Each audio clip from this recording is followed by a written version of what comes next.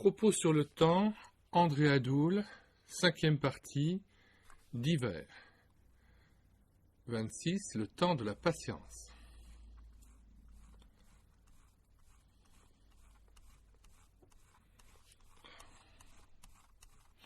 Le laboureur attend, Jacques 5, verset 7. J'ai reçu les confidences d'une chrétienne qui se destinait à la mission. Sa mère, veuve depuis peu et non croyante de surcroît, s'opposait farouchement à son départ, persuadée qu'elle allait perdre son unique enfant. La jeune fille en fut attristée. Cependant, les réactions violentes de la maman n'entamèrent pas sa détermination de servir le Seigneur. Elles lui révélèrent plutôt que le moment de partir n'était pas encore venu. Elle accepta de temporiser, sans cesser de prier et de se dévouer pour sa mère. L'épreuve lui parut bien longue, mais elle s'avéra des plus formatrices. Or, le miracle se produisit. La maman, d'abord hostile, fut gagnée à l'Évangile, et c'est elle qui donna le feu vert à sa fille. Ne valait-il pas la peine d'user de patience pour le salut et la joie d'une mère, et pour rester en pleine communion avec elle? Ce temps de la patience, quoique nécessaire, n'est pourtant pas illimité, car on ne peut sacrifier sa vocation à une personne possessive et incrédule. Jésus n'a-t-il pas annoncé que de douloureux déchirements seraient le lot de ses disciples? Je suis venu mettre la division entre la mère et sa fille, Matthieu 10, 35. Vous connaissez la formule qu'on prête à l'adjudant de service. Avant l'heure, c'est pas l'heure, après l'heure, c'est plus l'heure c'est l'heure. C'est vrai, il y a un temps pour toute chose, affirme l'Ecclésiaste, chapitre 3, verset 1. Un peintre averti se garde de passer la deuxième couche tant que la première colle au doigt, qu'il écourte le délai d'attente et il gâchera sa besogne. De même, les raccourcis, les gens pressés et les recherches ne font pas nécessairement gagner de précieuses minutes. Sauf aux heures de pointe où tout est imprévisible, pour aller du nord au sud de Paris, il est préférable d'emprunter le périphérique, donc de contourner la capitale au lieu d'essuyer de nombreux feux rouges en la traversant de part en part. Itinéraire plus court, mais perte de temps. Abraham reçoit de l'Éternel la promesse qu'il aura un enfant de Sarah. Les années passent, il doute et s'impatiente. Sur les instances de sa femme, il s'unit à une Égyptienne, Agar la servante, qui lui donne l'héritier si longtemps attendu. Ismaël vient au monde, et avec lui des problèmes sans nombre. Quelques siècles plus tard, affolé de voir ses propres soldats se disperser et déserter le champ de bataille, Saül, dont le règne s'annonce béni, offre lui-même l'Holocauste au lieu d'attendre Samuel comme convenu. Il est pressé d'engager le combat. Hélas, que vaut un sacrifice offert dans l'insoumission et le doute? C'est à l'obéissance que l'Éternel accorde faveur et victoire.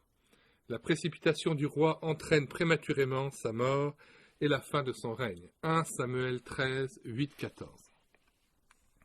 À l'inverse de son prédécesseur, David attend l'heure de Dieu, quoiqu'il court de graves dangers. Traqué par un roi qui cherche sa perte, le berger de Bethléem fuit çà et là avec une poignée de partisans. Lorsque, ô miracle, Saül vient se jeter lui-même, seul et sans défense, entre leurs mains, dans la grotte où il se cachait. Aubaine inespérée. Pour ces hommes, sans cesse pourchassés, le moment est venu d'en finir avec ce roi cruel. S'il meurt, leur épreuve prendra fin et David pourra enfin gravir les marches du trône. Ce raccourci est tentant, mais le fils d'Ésaïe ne peut l'emprunter. Contre toute logique, épargne-t-on son ennemi, et contre l'avis même de ses compagnons d'infortune, il refuse d'abattre son rival. On ne porte pas impunément la main sur loin de l'Éternel. Loin est l'apostrophe O-I-N-T. Il attendra que Dieu lui-même l'élimine. S'il frappait Saül, il pécherait contre l'Éternel et s'aliénerait du même coup les gens dévoués au roi défunt, ceux d'Éphraïm en particulier. La plupart des tribus refuseraient de se rallier à sa couronne, et l'unité de la nation en serait compromise pour longtemps. Chercher à contourner ou à supprimer une épreuve par des moyens que Dieu réprouve est une réelle tentation.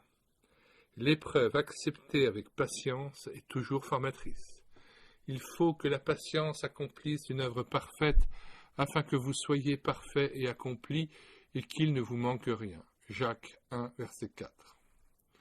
Il faut avouer que nous ne sommes pas naturellement portés à attendre patiemment l'heure de Dieu pour agir. Nous sommes toujours perdants à précipiter les choses. Vous n'ignorez pas que les théories en vogue et la plupart des chansons modernes incitent les jeunes à brûler les étapes. Sans doute l'éducation y est-elle aussi pour quelque chose. Aujourd'hui, hélas, dès 14 ou 15 ans déjà, le garçon court les filles avec la pensée de s'unir à la première qui acceptera de se livrer. Tout de suite, en tout cas bien avant le mariage, si cette pensée l'effleure. Tel un homme qui mord dans un fruit encore vert et qui les jette en grimaçant, ainsi sont les jeunes gens qui se donnent avant le temps. Le plus souvent, ils ne tirent de leur relation bâclée que déception et dégoût. C'est reconnu, le garçon habitué à flirter finit par mépriser la jeune fille qui lui cède. Et pourtant, c'est si beau de se découvrir comme mari et femme après des fiançailles vécues dans la chasteté. On perd son avenir et des années de bonheur par trop d'impatience. Certains jeunes époux se lancent dans des dépenses insensées et se couvrent de dettes pour acheter une voiture de sport ou un pavillon avant d'en avoir vraiment les moyens. Ce n'est pas sage, car les premières années de vie commune se passent alors dans les tensions et le souci constant de joindre les deux bouts. Les mensualités sont lourdes et les échéances semblent se rapprocher dangereusement. Qu'il est sage de s'asseoir pour calculer la dépense. Puisse Dieu nous rendre capables de discerner son heure, c'est-à-dire le bon moment d'agir. Qui est patient sinon Dieu? Il attendit plus de 1800 ans avant d'exécuter la sentence prononcée par Noé sur la postérité de Cham, les nations cananéennes, Genèse 9, 25. Malgré de sérieux avertissements, la destruction de Sodome et de Gomorrhe par exemple, ces tribus restèrent sourdes à la voix de l'Éternel, qui patienta encore jusqu'à ce que la déchéance morale ait atteint son comble. Genèse 15, verset 16. Et peu avant d'exécuter le châtiment promis, Dieu permit une fois de plus que ces païens idolâtres fussent prévenus. Josué 9, 24. Dieu n'était-il pas disposé à épargner quiconque se tournerait vers lui? Rahab eut la vie sauve. Josué 6, 23. La preuve est faite. Dieu use de patience envers nous. Il ne veut pas qu'aucun périsse, mais il veut que tous parviennent à la repentance. 2 Pierre 3, 9. Paul évoque le temps de la patience lorsqu'il déclare « Dieu a voulu montrer sa justice parce qu'il avait laissé impunis les péchés commis auparavant au temps de sa patience. » Romains 3, verset 25. En effet, durant des millénaires, la justice divine parut sommeiller au point que l'on était en droit de se demander si l'Éternel n'encourageait pas le mal en ne châtiant pas les coupables. Le jugement dernier serait-il une menace chimérique? Certes, au travers des siècles, les châtiments n'ont pas manqué. Le déluge, la destruction de Sodome et de Gomorrhe, l'exil ainsi que d'innombrables cataclysmes ont semé la terreur sur la terre. Mais pour les hommes qui les vivaient, c'étaient de simples catastrophes naturelles qui atteignaient sans distinction bons et méchants. Des accidents comme il en arrive parfois sans qu'on éprouve le moindre sentiment de culpabilité. Parce qu'ils ont un caractère général, impersonnel, de tels malheurs n'atteignent pas les gens. Ils ne sont pas réellement confrontés avec le juge en personne. Le méchant dit avec arrogance « L'Éternel ne punit pas, Dieu oublie, il ne regarde jamais. » Psaume 10, 4 à 11.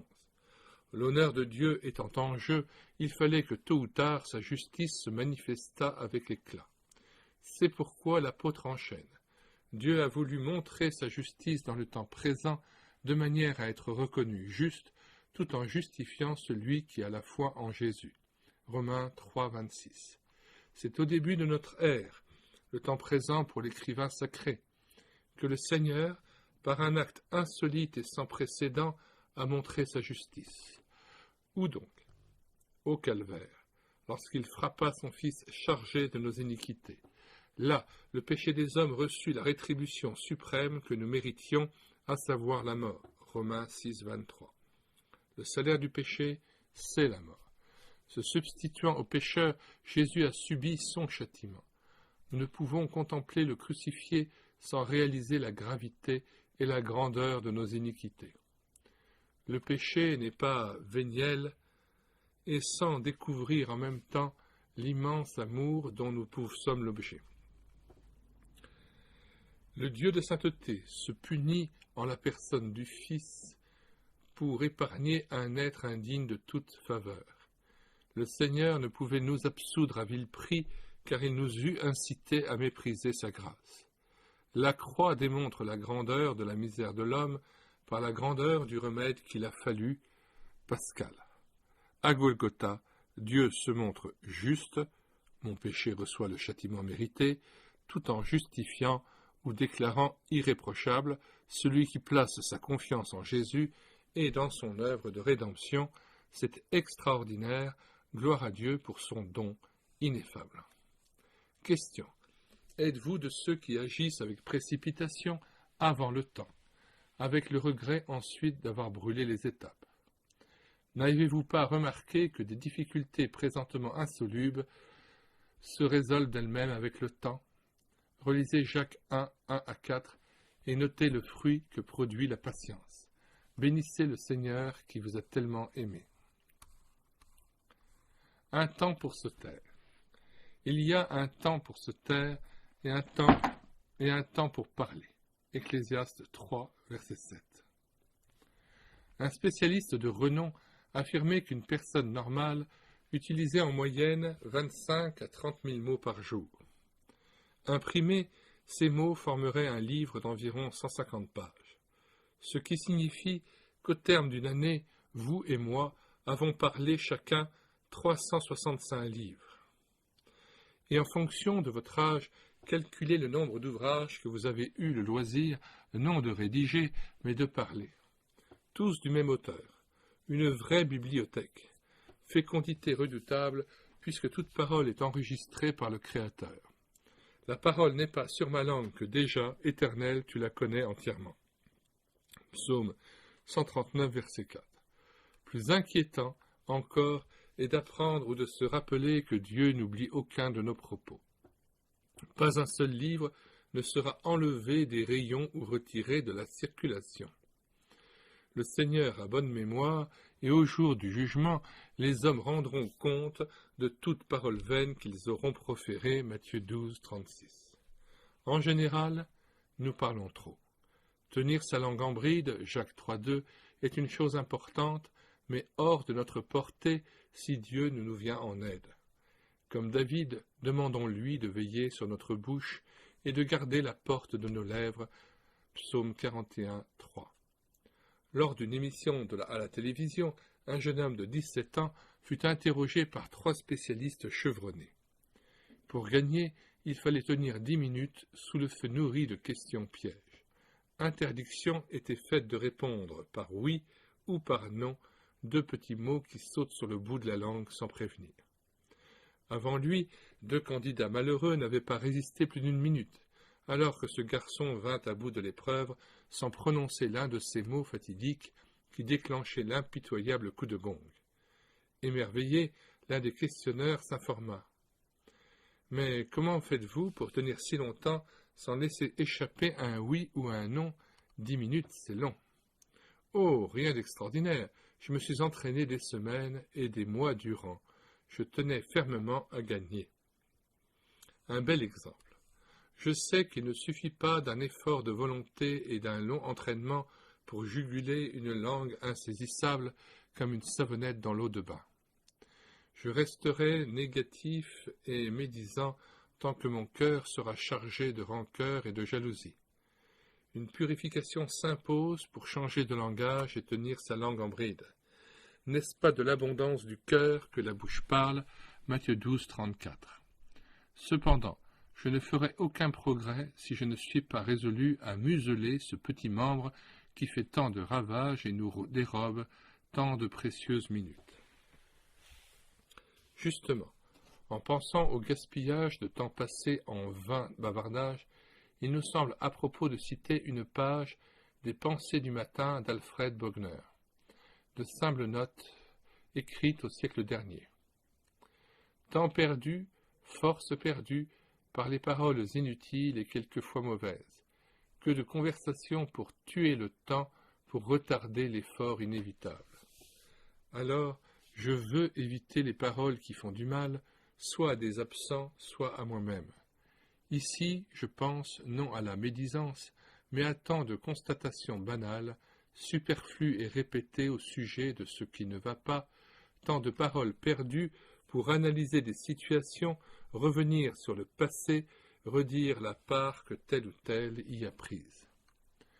Donc, sobriété dans les paroles. Pour cela, un moyen, tout dire à Dieu. Lorsque c'est fait, je suis bien mieux disposé envers les autres, je désire les aider, les encourager, porter leur fardeau.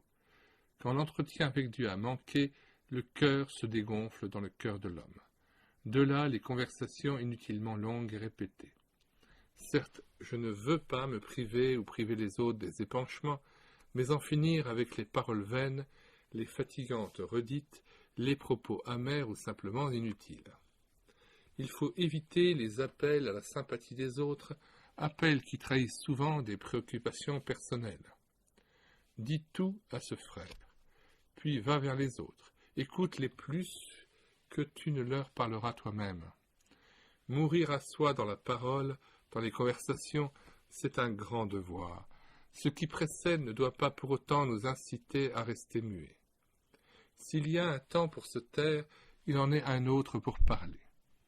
La parole, ce serait grave de l'oublier, est un don de Dieu. Quoiqu'elle soit un petit membre, la langue peut accomplir des merveilles.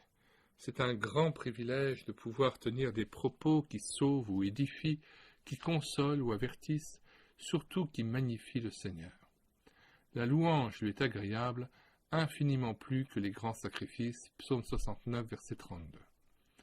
Ah, comme je voudrais pouvoir offrir à Dieu une bibliothèque dont chaque volume, chaque page et chaque mot lui sont dédiés.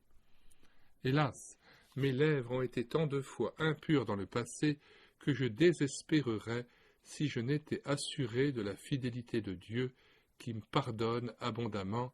Ésaïe 55, verset 7.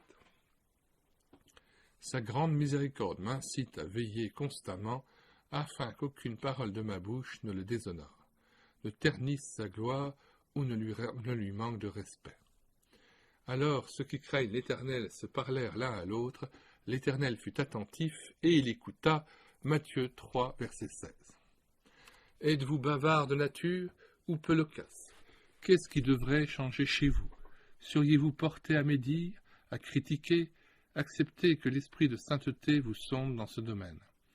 Devez-vous dire avec le prophète « Je suis un homme dont les lèvres sont impures » Ésaïe 6, 5.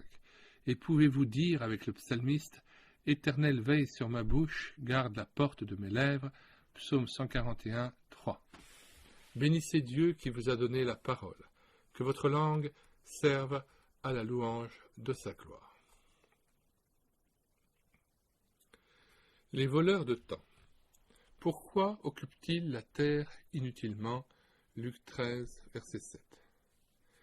Je suis en train de rédiger un article ou une lettre importante lorsque retentit la sonnerie du téléphone. Je décroche.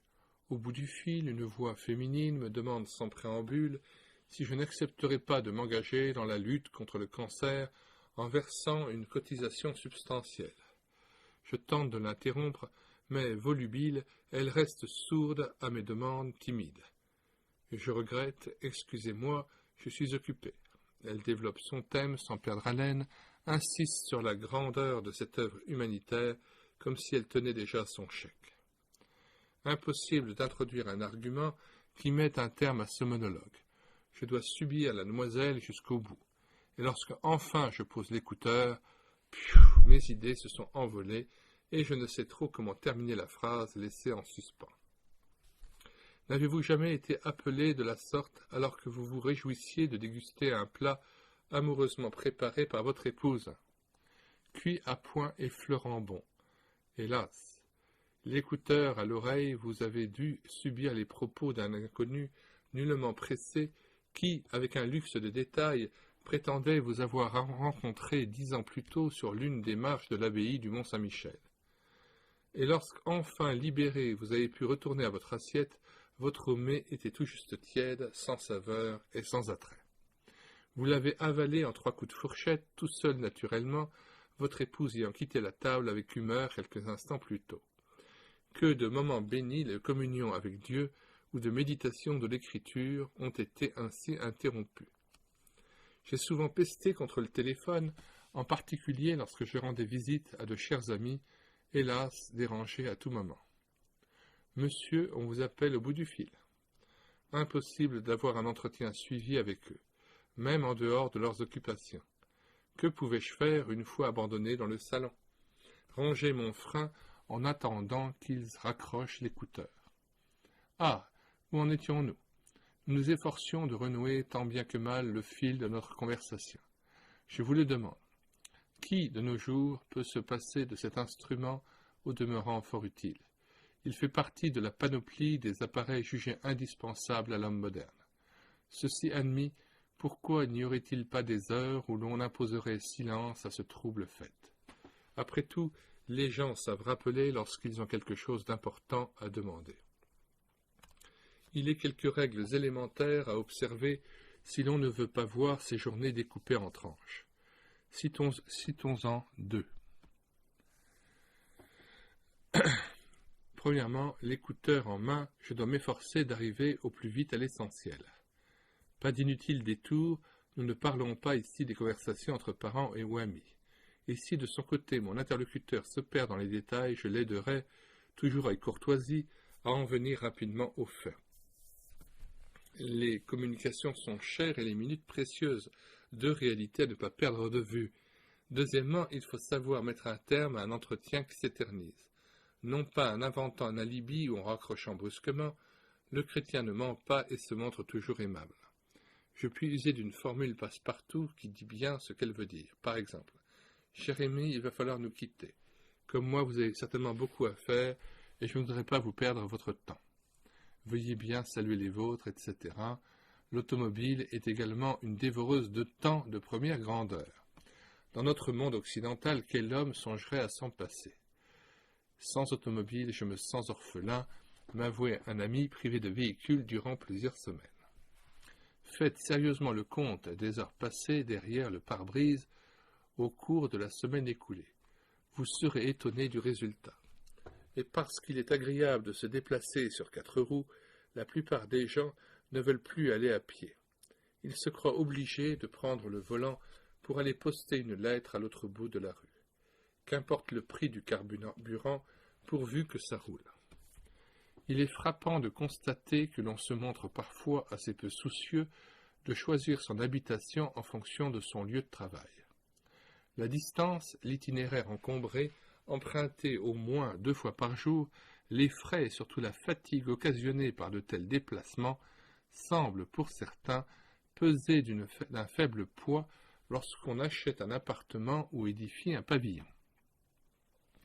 Les routes engorgées de véhicules aux heures de pointe qui convergent vers Paris en sont la démonstration évidente.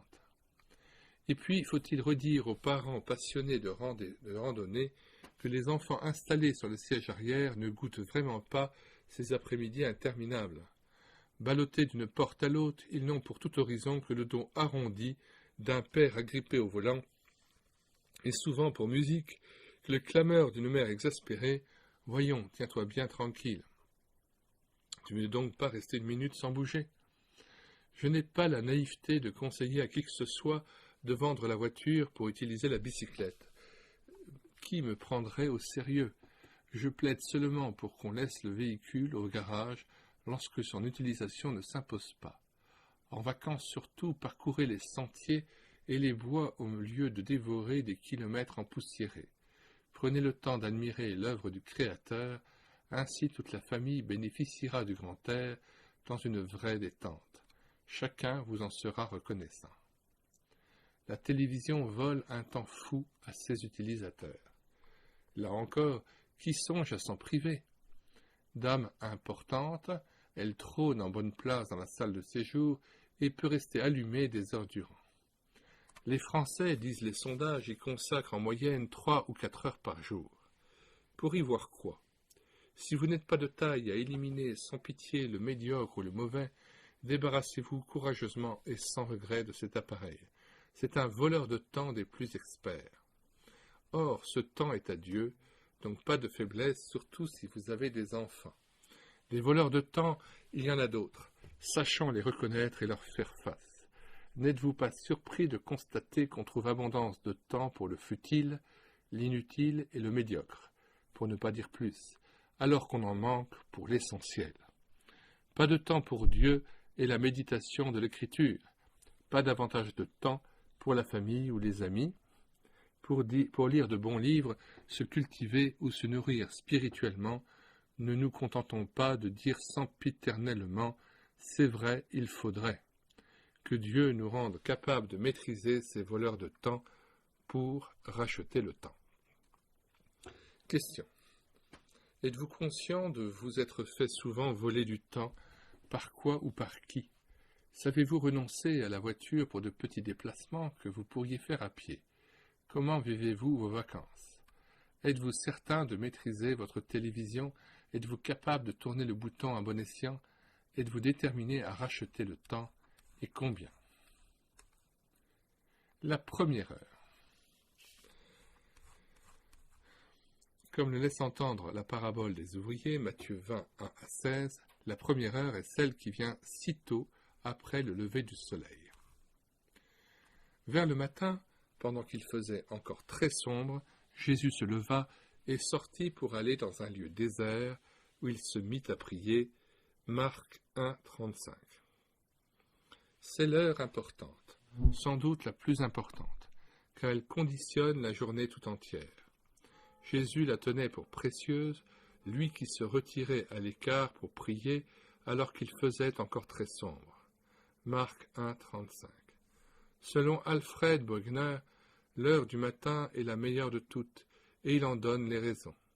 Au réveil, l'esprit est tout prêt à s'élever vers Dieu.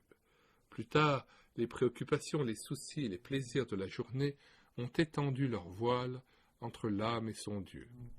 Dès le lever, on entre de plein pied dans la prière sans peine. Plus tard, on ne l'obtient qu'au prix d'un vigoureux effort. C'est pourquoi il n'est pas inutile, la veille, de programmer son lever en prévoyant un temps suffisant pour rencontrer le Seigneur avant de partir au travail ou de vaquer à ses occupations. Imitons notre modèle en donnant une large place à la prière. Notre vie intérieure en sera affermie. Les hommes de Dieu, à l'action puissante, ont été à l'école du lever matinal. Sois près de bon matin, était-il ordonné à Moïse. Tu monteras dès le matin sur le mont Sinaï, Exode 34, 2. Évidemment, pas de lever matinal sans discipline. Je ne puis être prêt pour un vrai face-à-face avec Dieu si je traîne le soir. Un chrétien zélé recommandait de ne jamais veiller au-delà de 22 heures. De son côté, George Muller écrivait « Mon expérience personnelle est que, si je n'ai pas la quantité de sommeil nécessaire, ma joie et ma force spirituelle en sont fortement compromises. Lorsque le chrétien est en déplacement, il devrait autant que possible s'abstenir de voyager la nuit ou éviter que ce repos nécessaire ne lui manque. Faute de quoi, il sera incapable de se livrer avec des forces fraîches, soit d'esprit, soit de corps à la prière matinale, à la méditation et à la lecture de la Bible. Alors, il se ressentira au cours de la journée des effets funestes de cette lacune. Dans la chrétienté, les hommes ou les femmes qui ont laissé des traces durables attribuaient leurs dons et leur autorité à l'excellente habitude de consacrer les premières heures de la journée à leur maître. Il est banal de dire ici que Satan pèse de tout son poids pour nous priver de ce temps précieux de communion et de ressourcement. Se lever tôt régulièrement ne va pas sans lutte, sans détermination et sans prière. Mais Dieu qui nous attend veut nous rendre forts pour cela, lui qui, chaque matin, éveille notre oreille. Ésaïe 50, verset 4. La bataille est perdue ou gagnée, déclarait un vieux chrétien, dans les brèves minutes qui suivent le réveil et avant que ne bouge le pied ou la main. Un médecin donnait le conseil suivant. Réveillez-vous complètement. Il vaut mieux terminer ses ablutions et s'habiller avant de se mettre à genoux. Certains éprouvent le besoin de faire une courte promenade dans l'air frais du matin ou d'exécuter quelques exercices physiques avant d'ouvrir la Bible, simplement pour se dérouiller. À chacun de découvrir comment il peut le mieux se préparer au recueillement. Et si l'on a tendance à sommeiller encore, il est bon de changer de position, d'aller et de venir dans sa maison. Oswald Smith nous raconte son expérience.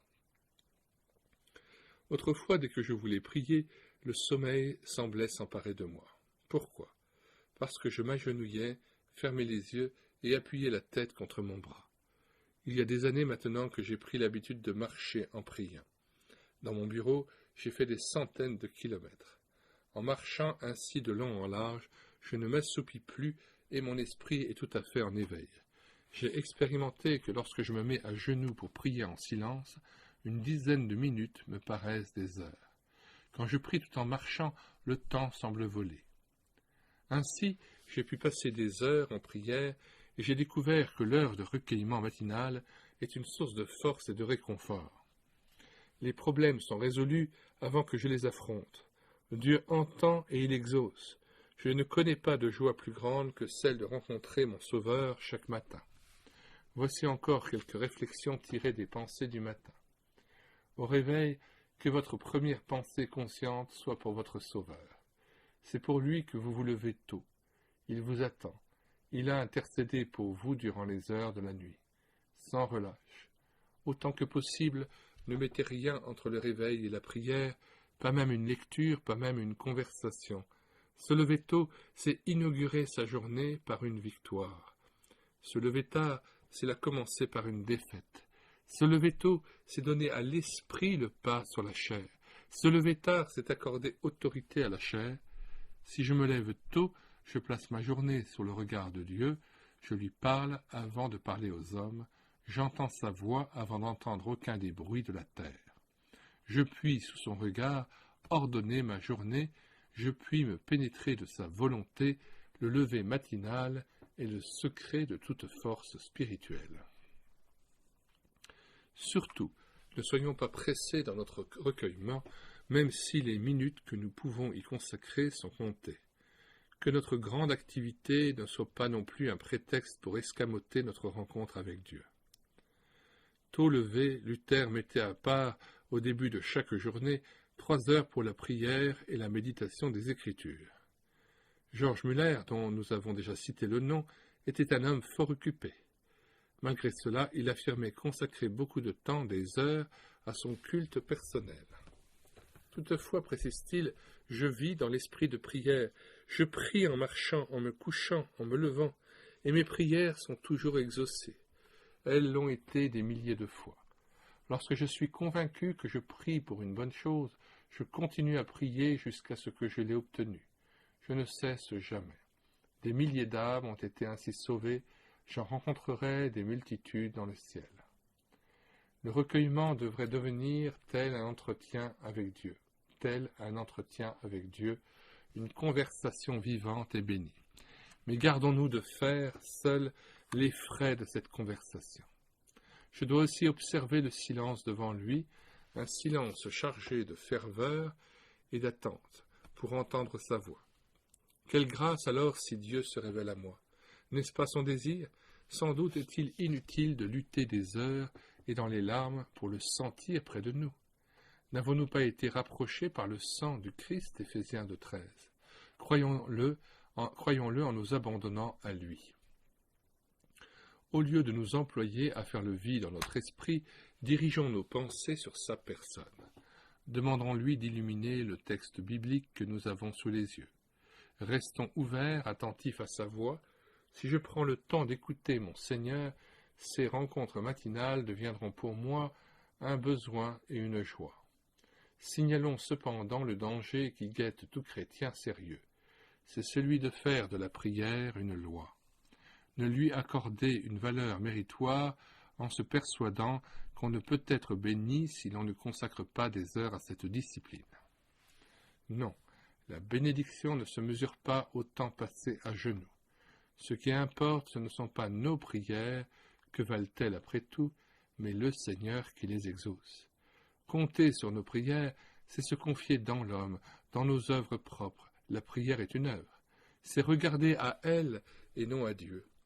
Détournons nos regards de nous-mêmes et de notre action pour les fixer sur Jésus seul, le consommateur de la foi.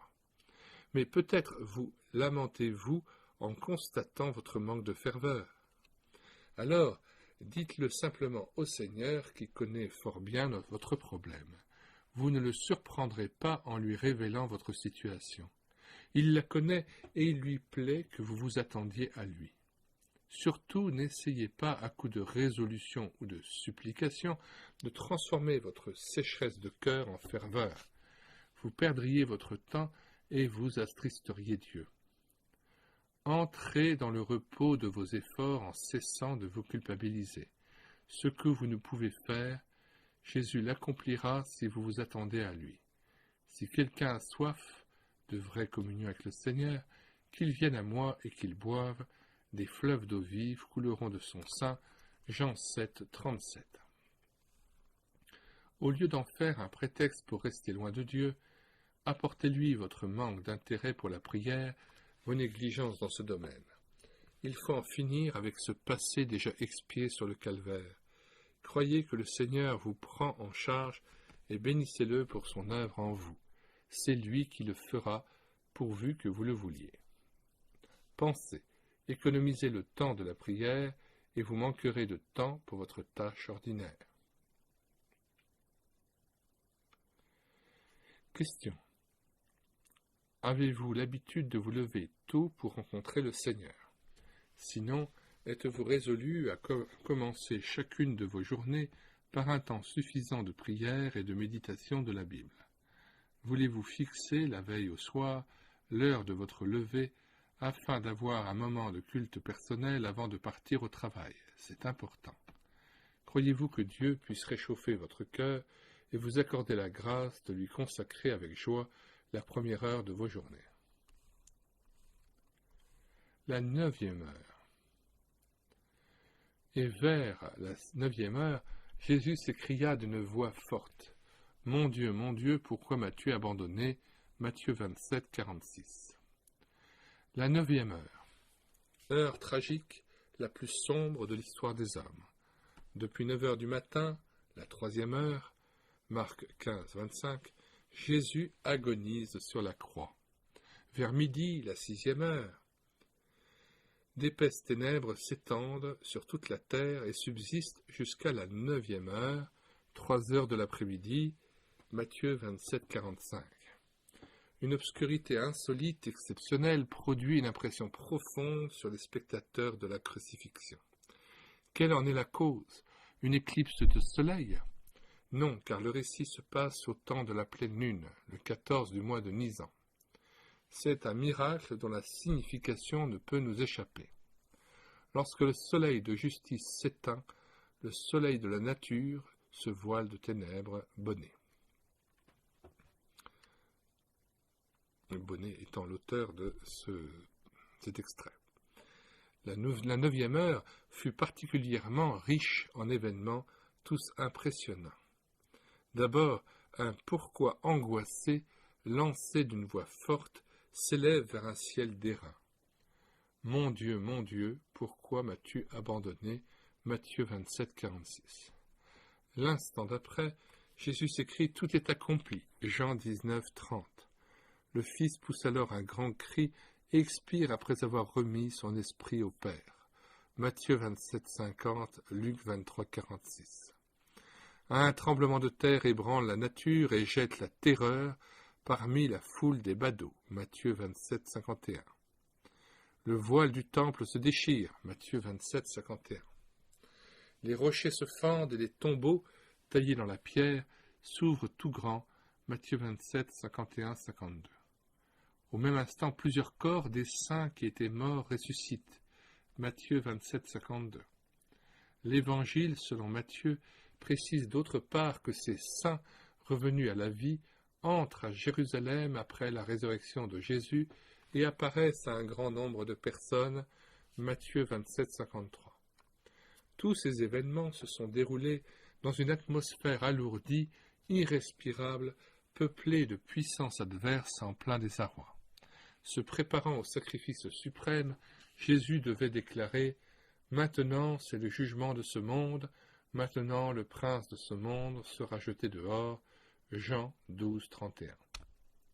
6 heures d'agonie, des souffrances indicibles.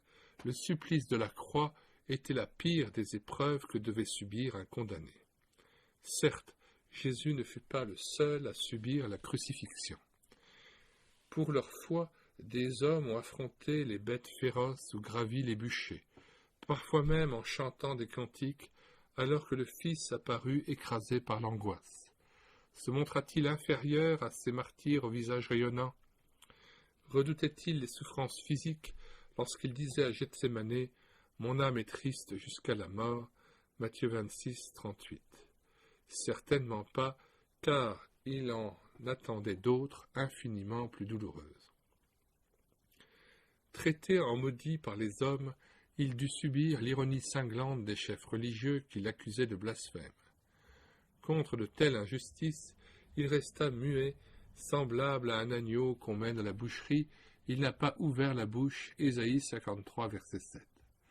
Mais au-delà de l'épreuve morale et physique, le Sauveur dut affronter l'épreuve suprême, l'abandon de Dieu. Terrible malheur pour le Fils de l'homme qui avait vécu en étroite communion avec son Père. D'où cette interrogation bouleversante « Mon Dieu, pourquoi m'as-tu abandonné ?» Dans toute la Bible, a dit un auteur chrétien, il n'y a pas de parole plus difficile à expliquer. Ce pourquoi angoissé prouve que Dieu lui avait retiré le sentiment de sa présence. Habitué à être haï par le monde, incompris par les siens, Jésus avait éprouvé cependant jusqu'ici la joie de la présence du Père et la profondeur de son amour. Je ne suis pas seul, car le Père est avec moi. Jean 16, 32. Or, Jésus en fut subitement privé. Il se trouva seul, affreusement seul, sous un ciel fermé, silencieux, hostile même. La rupture d'avec Dieu, n'est-ce pas justement l'enfer, la mort spirituelle tant redoutée à Gethsémanée? Mais alors, pourquoi le ciel s'est-il fermé sur le Fils à l'heure même où il aurait eu besoin du soutien d'en haut? Parce que le Dieu saint, dont les yeux sont trop purs pour voir le mal, Habacuc 1,13, ne pouvait avoir communion avec ce Fils chargé du péché des âmes. Jésus, qui n'eut rien de commun avec le péché et dont la vie resta toujours pure et sainte, Dieu l'a fait devenir péché pour nous, 2 Corinthiens 5, 21, c'est-à-dire a vu et puni en lui le péché, Romains 8, 3 et Galates 3, 13. Dieu ne l'a pas traité comme un pécheur, mais il a fait que le péché de tous pour nous, fût sur lui en présence du jugement divin. L'Éternel a fait venir sur lui l'iniquité de nous tous, Ésaïe 53, verset 6. Bonnet. Pour nous sauver, Jésus s'est substitué à nous, subissant la mort, Romains 6, 23. Nous nous trompons profondément lorsque nous parlons de salut. Nous croyons que pour échapper à la colère de Dieu, il faut qu'il nous cède. Toute notre religion est une énorme pression faite dans ce sens pour ouvrir une brèche dans le rempart de la justice divine. Ainsi nous sommes sur le chemin de la perdition, car le salut, c'est très exactement le contraire. C'est que nous cédions et que Dieu tienne bon dans sa juste colère. Sur la croix, Jésus est le seul homme au monde qui est cédé devant la justice de Dieu et qui n'est pas tenté de la faire céder. Avec tout mon péché sur lui, Jésus-Christ a cédé et s'est courbé sous la colère de Dieu.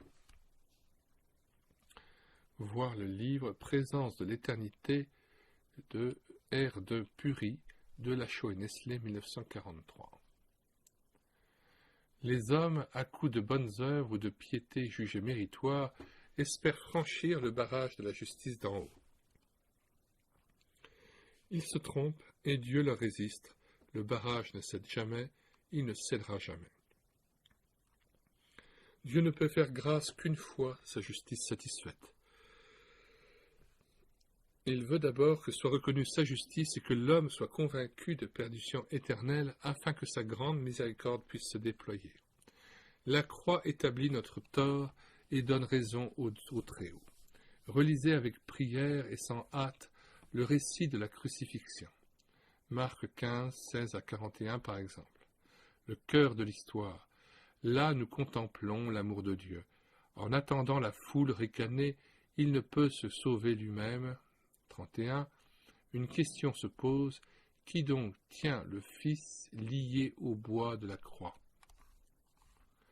Ah, ce ne sont certainement pas les hommes, romains ou juifs, que le Christ invoque son Père et les anges accourront pour le délivrer. Matthieu 26, 53. Ce petit b, ce n'est pas non plus Satan, puisqu'il lui suggère de descendre de la croix. L'adversaire tremble et sait fort bien que ce sacrifice sera sa déroute totale et définitive.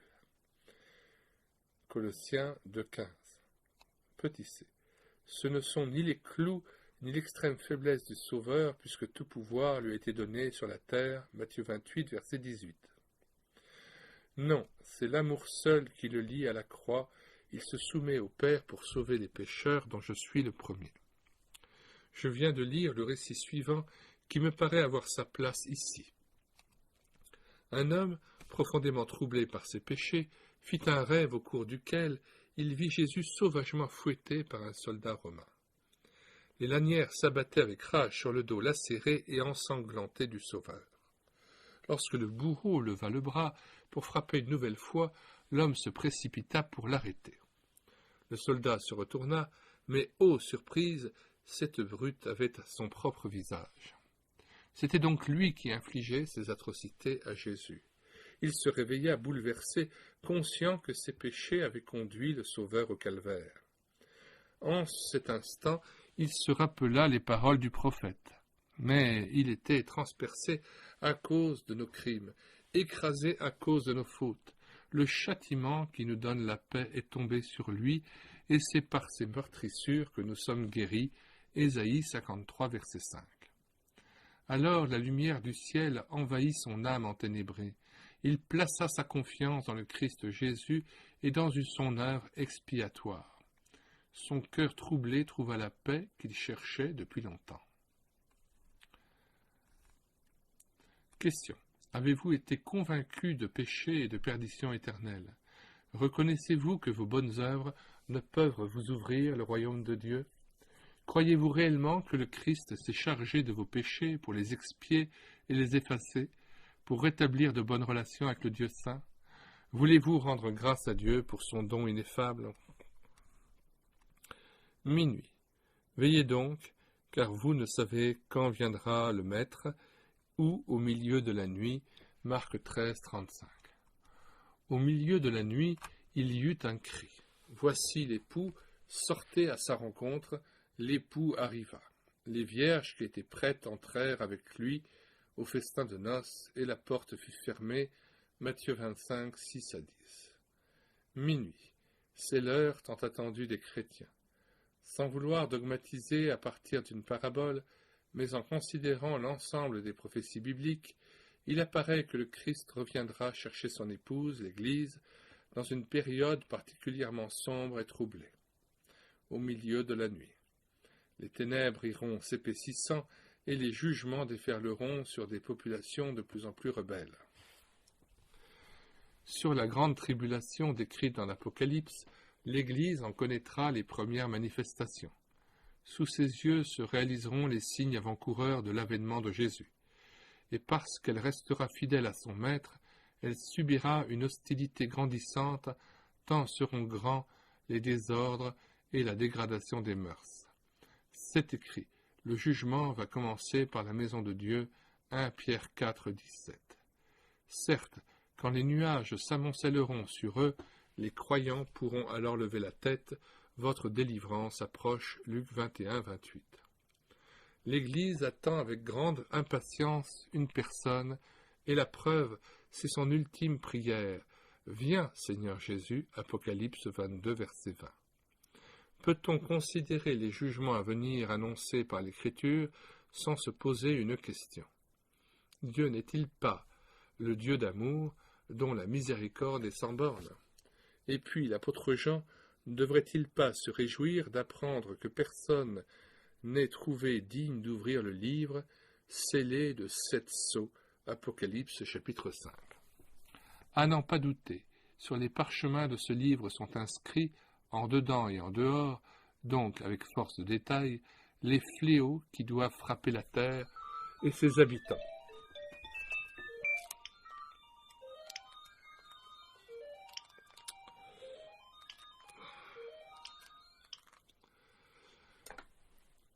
Excusez-moi.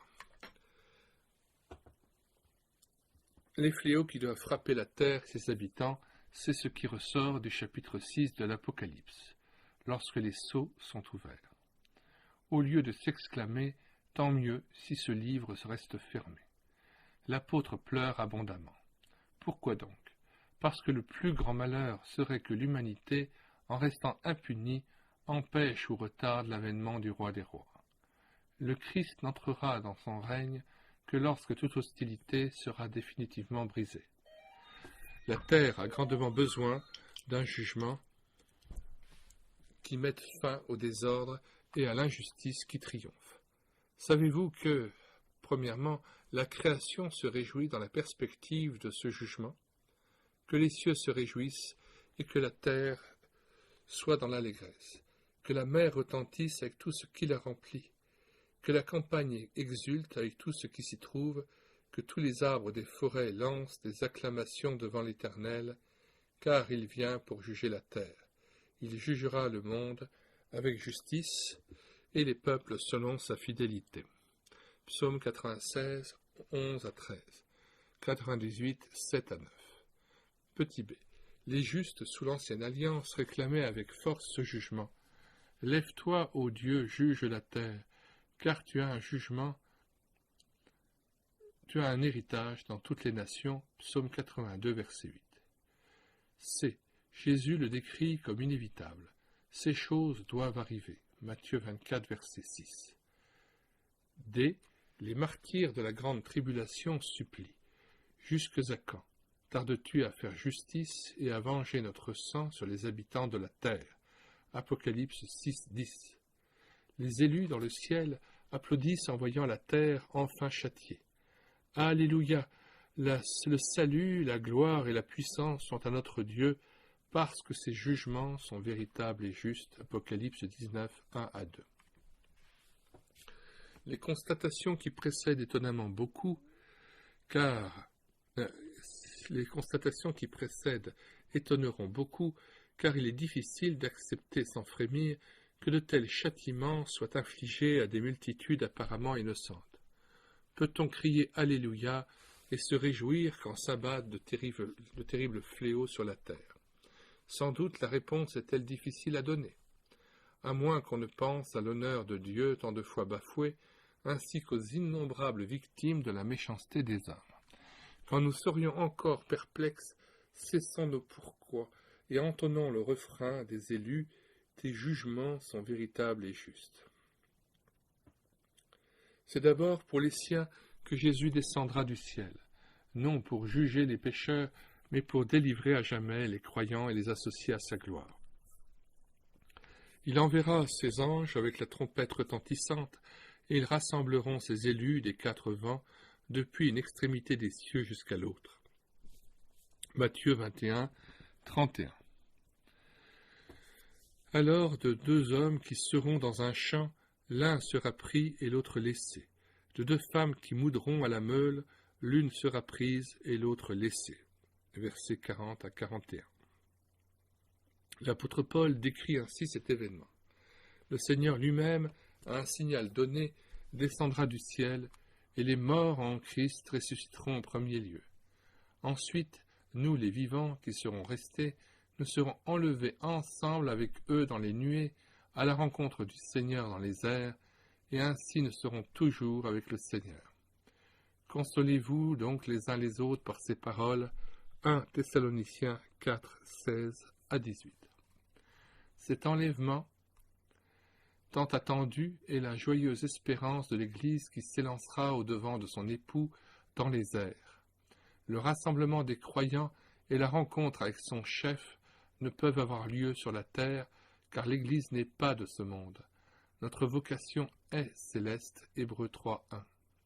Il est naturel que notre divin époux vienne arracher son Église à cette terre où elle est étrangère et voyageuse, afin de l'introduire pour toujours dans sa présence. Note tirée du Retour de Jésus-Christ de René Pache. Autre note de M. Adoul, il faut distinguer la venue du Christ descendant du ciel pour chercher son Église, sans doute avant la grande tribulation, et son apparition en gloire venant avec les rachetés pour juger les nations à la fin de la grande tribulation. Bien des chrétiens se demandent si l'enlèvement de l'Église précédera ou non les jugements de la grande tribulation. Après la parabole des 10 vierges, n'est-ce pas au milieu de la nuit que doit apparaître l'époux? Sans doute l'Église assistera-t-elle au premier soubresaut de cette tribulation et aura-t-elle à souffrir la persécution. Cependant, il est impensable qu'elle ait à subir la colère de l'agneau, ainsi sont appelés les jugements de la grande tribulation, puisqu'elle attend son époux pour prendre part aux noces de l'agneau, Apocalypse 19, 7 à 9. À plusieurs reprises, le dernier livre de la Bible nous montre les rachetés dans le ciel, tandis que la terre subit de terribles châtiments, Apocalypse chapitre 5, 7, 14, 19. Comme Dieu mit jadis à l'abri les siens avant de frapper, Noé dans l'arche, Lot dans Tsoar, de même il retirera son Église de la terre avant de juger les nations. Quand donc aura lieu cet événement? C'est le secret de Dieu. Pour ce qui est du jour et de l'heure, personne ne les connaît, a dit Jésus, Matthieu 24, 36. L'important est donc de veiller pour être prêt lorsqu'il apparaîtra. Et maintenant, petits enfants, demeurez en lui, afin qu'au moment où il sera manifesté, nous ayons de l'assurance, et qu'à son avènement, nous n'ayons pas honte devant lui. 1 Jean 2, 28. Nous devons être prêts pour 3 raisons au moins. D'abord, parce qu'il viendra sans avertir, comme un voleur. Sachez-le bien, si le maître de la maison savait à quelle veille de la nuit le voleur doit venir, il veillerait et ne laisserait pas percer sa maison. C'est pourquoi vous aussi tenez-vous prêts, car le Fils de l'homme viendra à l'heure où vous n'y penserez pas. Matthieu 24, 43, 44. Deuxièmement, ensuite, parce qu'il viendra comme l'éclair, donc soudainement. En effet, comme l'éclair resplendit et brille d'une extrémité du ciel à l'autre, ainsi sera le Fils de l'homme en son jour. Luc 17, 24. Une autre bonne raison pour se tenir sur ses gardes. Troisièmement, enfin, il viendra comme un filet, ce qui suggère l'idée d'un tri. Prenez garde à vous-même de craindre que vos cœurs ne s'apesantissent par les excès ou l'ivrognerie et par les soucis de la vie, et que ce jour ne fonde sur vous à l'improviste comme un filet, car il viendra sur tous ceux qui habitent la surface de toute la terre. Veillez donc et priez en tout temps, afin que vous ayez la force d'échapper à tout ce qui doit arriver, et de paraître debout devant le Fils de l'homme. Luc 21, 34, 36. Le filet s'abattra sur les rebelles et les retiendra dans ses mailles, tandis que les élus auront la force d'échapper. N'oublions pas qu'en ce jour-là, l'un sera pris et l'autre laissé. Avec cette dernière pensée, interrogeons-nous sérieusement, puisque le Christ peut paraître d'un moment à l'autre. Me suis-je abandonné au Seigneur pour recevoir son pardon et vivre à sa gloire? Suis-je vraiment vigilant, persévérant dans la foi et dans la prière, etc. Nous ne pourrions mieux terminer ce chapitre qu'en citant les paroles de l'Écriture. C'est pourquoi, frères, efforcez-vous d'autant plus d'affermir votre vocation et votre élection. En le faisant, vous ne broncherez jamais. C'est ainsi que vous sera largement accordée l'entrée dans le royaume éternel de notre Seigneur et Sauveur Jésus-Christ. 2 Pierre 1, 10 à 11. Le moment de mon départ approche. J'ai combattu le bon combat, j'ai achevé la course, j'ai gardé la foi. Désormais, la couronne de justice m'est réservée. Le Seigneur, le juste juge, me la donnera en ce jour-là, et non seulement à moi, mais à tous ceux qui auront aimé son apparition.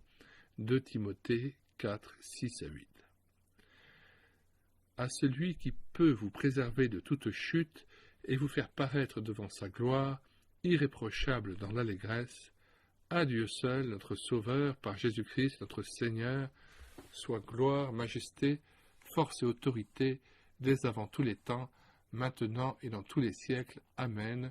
Jude 24, 25. Paix à vous tous qui êtes en Christ. 1 Pierre 5, 14. Question. Êtes-vous parmi ceux qui attendent le Seigneur et qui aiment son apparition? La pensée du retour de Jésus vous procure-t-elle de la joie ou de la crainte? Pouvez-vous vous associer à la prière de l'Église? Viens, Seigneur Jésus. Sinon, pourquoi?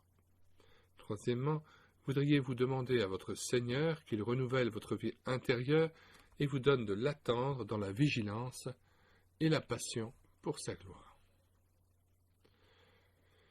Le temps favorable. Au temps favorable, je t'ai exaucé. 2 Corinthiens 6, 2. La famille est en vacances à la montagne, loin des routes poussiéreuses. Malgré l'éloignement, le ravitaillement est assuré par l'épicier boulanger du village voisin qui monte au hameau tous les mardis entre 10 et 11 heures. Il stoppe devant la vieille église, klaxonne longuement pour appeler ses clients, puis étale sa marchandise en les attendant. Ce jour-là, personne ne songe à prétexter « J'ai encore de la nourriture en suffisance pour 2 ou 3 jours, je ferai mes achats après-demain. » Ou encore « J'ai trop à faire, j'irai aux provisions cet après-midi. » Ce serait déraisonnable. Que cela me convienne ou pas, je dois me plier aux horaires du marchand et profiter de sa venue si je veux être approvisionné. Les occasions doivent être saisies lorsqu'elles se présentent. Nous avons déjà évoqué la révolte de Kadès. Les enfants d'Israël, pris de panique, refusèrent de passer la frontière pour conquérir Canaan. Ils furent condamnés à errer et à périr dans le désert, Nombre 13-14. Ce terrible châtiment provoqua plus de larmes que de repentir authentique. Refusant de subir les conséquences de sa faute, le peuple se révolta une 2e fois. Et pour sa perte, il prit l'initiative coupable de pénétrer dans le pays promis. Son armée fut taillée en pièces par les Amalécites, Nombre 14-45. Israël, qui redoutait de conquérir la Palestine avec l'Éternel, c'était le moment favorable, avait maintenant la témérité d'y pénétrer sans l'Éternel, ce n'était plus le moment. L'occasion était belle et bien manquée. Dans les affaires de la vie, dit-on, il est un courant qui d'abord mène au succès. C'est la marée favorable. Il convient alors de se laisser porter par elle. Si, par négligence ou refus, on laisse passer l'occasion, tout le voyage de la vie se traîne dans la médiocrité. Il n'y a pas de bonne volonté qui tienne quand la marée se retire, le temps est passé. La série d'antithèses qui introduit le chapitre 3 de l'Ecclésiaste ne veut pas accréditer l'idée que la vie de l'homme est incohérente, faite d'imprévus, et que les événements dont elle est tissée se succèdent au petit bonheur. Au contraire, ces antithèses proclament la souveraineté de Dieu. Quel cultivateur ignore qu'il y a un temps pour planter, chapitre 3, verset 2, s'aviserait-il de semer ou de moissonner à Noël, simplement parce que ça lui plaît? C'est à l'homme de se soumettre au maître du temps s'il veut réussir sa récolte. Il possède assez de bon sens pour discerner le moment propice au semail. Jadis, Jésus adressa de vifs reproches à ses contemporains incrédules. « Hypocrites, leur dit-il, vous savez distinguer l'aspect de la terre et du ciel. Donc prévoir le temps qu'il va faire. Comment ne distinguez-vous pas ce temps-ci » Luc 12, 56. Autrement dit, vous avez de l'intelligence, en tout cas, assez pour discerner ma divine origine et saisir l'occasion de mon passage parmi vous. En vérité, vous vous bouchez les yeux et les oreilles parce que vous refusez délibérément de m'accueillir. Vous prétendez attendre le Messie promis alors que vous vous obstinez à ne pas me reconnaître comme tel. L'ignorance est en définitive un refus calculé d'être éclairé. Pleurant sur Jérusalem qui le repousse et le condamne, Jésus ne peut que se lamenter à la fin de son ministère. Si tu connaissais toi aussi en ce jour ce qui te donnerait la paix. Tes ennemis t'écraseront, toi et tes enfants, au milieu de toi, et ne laisseront pas en toi pierre sur pierre, parce que tu n'as pas connu le temps où tu as été visité. Luc 19, 41-44. Tôt ou tard, l'homme devra payer cher d'avoir négligé l'occasion de rencontrer le Christ Sauveur. Le temps favorable, selon les Écritures, est par excellence. Premièrement, le temps présent, le seul dont je puisse disposer. Voici maintenant le temps vraiment favorable. Voici maintenant le jour du salut, 2 Corinthiens 6.2. Ce point a été déjà abordé.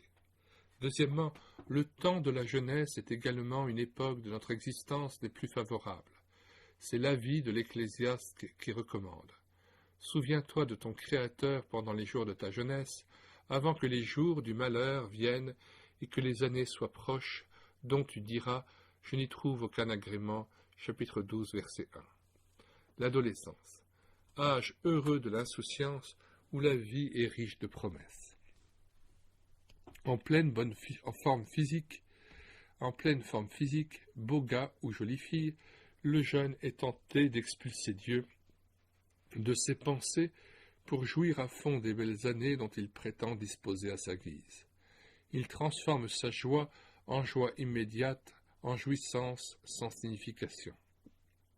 Il perd le sens de sa vie. Il devient, au sens littéral, un insensé. C'est grave. Certaines habitudes contractées dans ce temps heureux laissent des traces fâcheuses. Je pense à ce fils de bonne famille, jeune encore, qui est déjà une vraie loque pour avoir vécu une jeunesse débridée. Il s'avère incapable d'assumer la moindre tâche et vit au crochet de ses parents, du gâchis. L'adolescence est un temps des plus propices pour rencontrer le Sauveur. Avec les années grandissent l'indifférence, l'inaptitude à entendre l'appel de Dieu. Et comme on s'habitue au tic-tac d'un réveil jusqu'à ne plus y prêter attention, de même celui qui fait la sourde oreille à la voix du Saint-Esprit finit par ne plus l'apercevoir. Le moment vient où il n'y trouve aucun agrément.